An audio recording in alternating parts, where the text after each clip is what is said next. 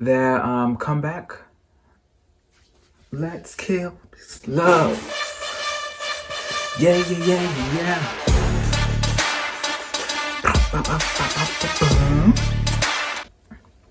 Hello, YouTube, and all the wonderful people that use it.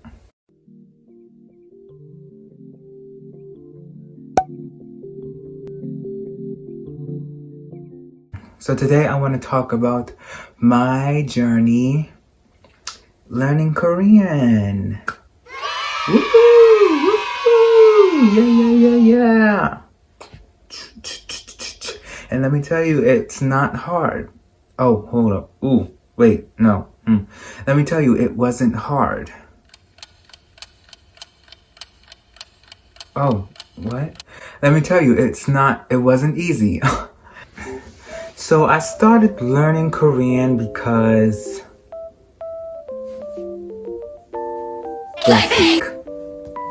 back in 2019, they released Kill This Love. I fell in love, and that's when my love for K-pop started.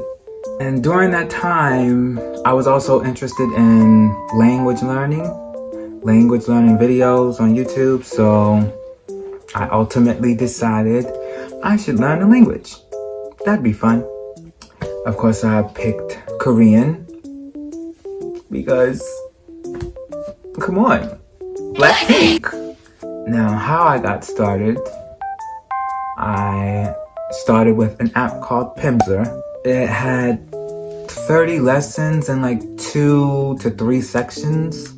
And basically, for each lesson, they had a dialogue in the target language, which was Korean, and they had a translation in English.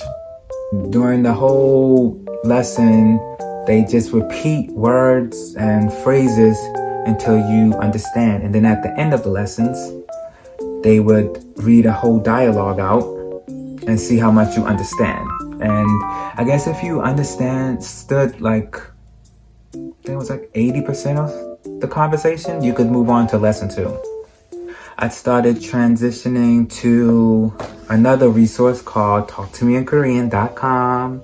Yes, very famous, very familiar for Korean learners. I was just going through each lesson for free on their website. But then I decided, actually I want some books. I decided to purchase some books to help me out throughout this process. Now, when I say some books,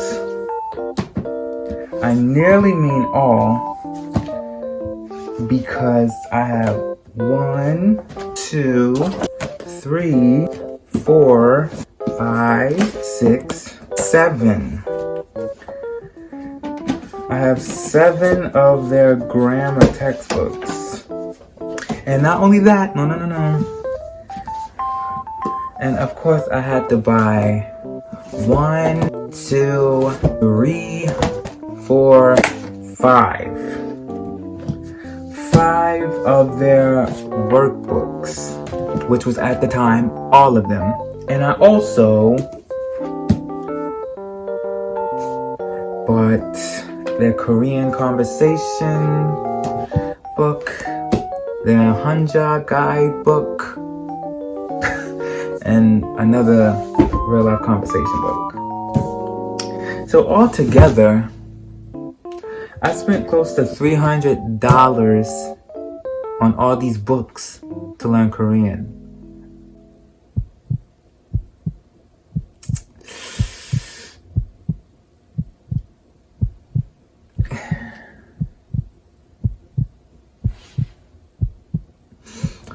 That's a lot of money. And ever since I got them, I've been using that to basically continue my Korean studies. I've been doing that every day. I take them anywhere I go, work on lessons throughout the day, when I come from school, when I come from work, before work, when I wake up. Like, I've been doing them. And moving on from that, eventually I picked up, it's not a Talk to Me in Korean resource, but it was another thing, Living Language Korean, which came with 3 books and it had CDs in it. So that's another thing I bought. And not only did I buy this, but I literally had to buy a CD player off of Amazon because I didn't have a CD player. Anyway, I started using this book.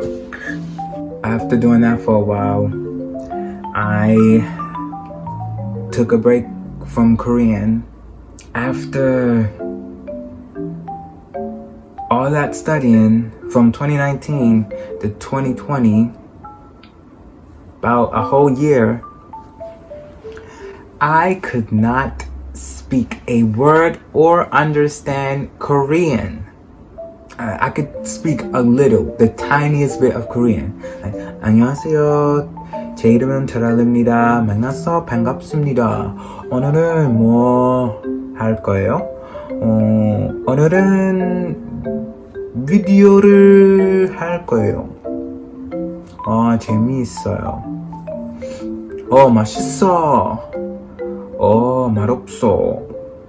Simple stuff like that. So I felt discouraged and I just quit learning.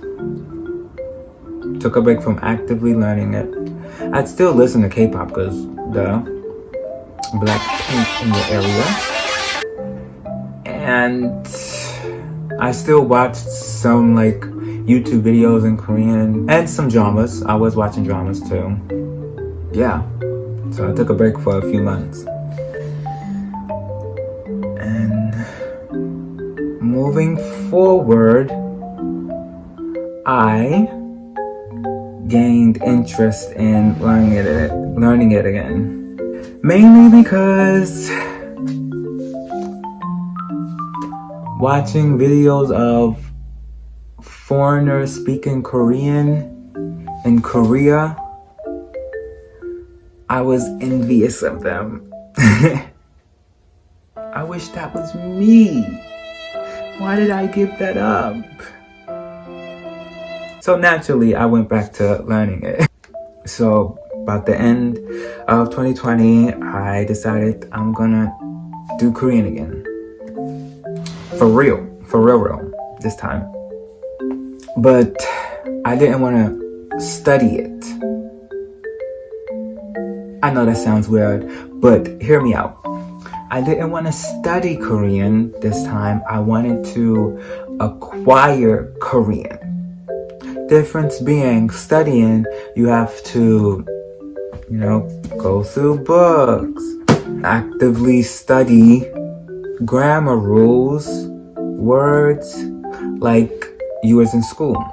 But acquiring would be learning the language like it was your first language. There's a bunch of videos about it. Acquiring a language, comprehensible input, the natural method, TPRS, TPR, all that. So I came across content like that on how to be fluent in a language. And that drove me to try this again, but a different approach.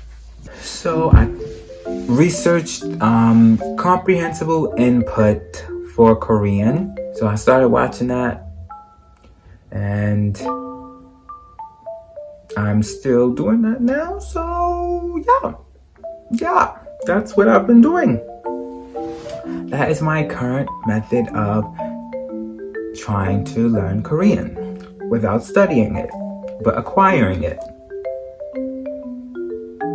Korean. Right now, with my current method of acquiring Korean, I do hope to be verbally fluent by the end of 2021. 2021, you're making me fluent in Korean. Facts. Period. Future me, if you're watching this, I want you to react to this video and speak only in Korean. Yeah. December of 2021, Terrell. React to this while only speaking in Korean. Okay? Okay? I dare you. You gotta promise. Pinky swear? Pinky swear? There we go. So that is my goal for Korean. That's the end of this video. So thanks for watching. And as always, I will see you in the future. Bye bye.